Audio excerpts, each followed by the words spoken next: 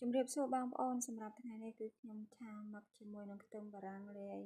ខ្ទឹមក្រហមបងប្អូនមុនដំបូងគឺខ្ញុំដាក់ខ្ទឹមឲ្យ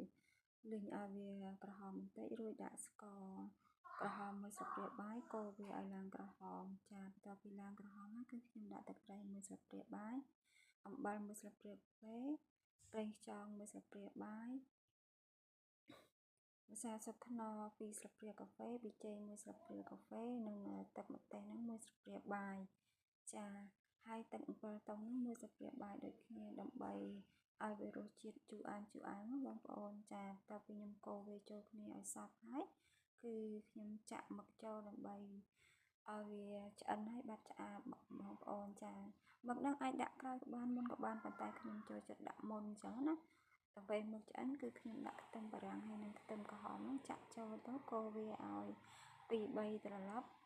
ឲ្យវាទុករួចទុកឲ្យវាឆ្អិនបន្តិចហើយគឺខ្ញុំរោយលឹកខ្ទឹមពីលើចាចំពោះលឹកខ្ទឹមហ្នឹងគឺយើងរោយត្រឡប់វាឲ្យរាងឆ្អិនក៏បានមិនឆ្អិនក៏បានចាឥឡូវខ្ញុំដួសដាក់ចានហើយបងប្អូនដើម្បីយកទៅញ៉ាំជាមួយបាយបងប្អូនចាគឺញ៉ាំបាយដឹងតែឆ្ងាញ់តែម្ដងបងប្អូនគឺម្ហូបមួយមុខនេះវាងាយស្រួលធ្វើប៉ុន្តែ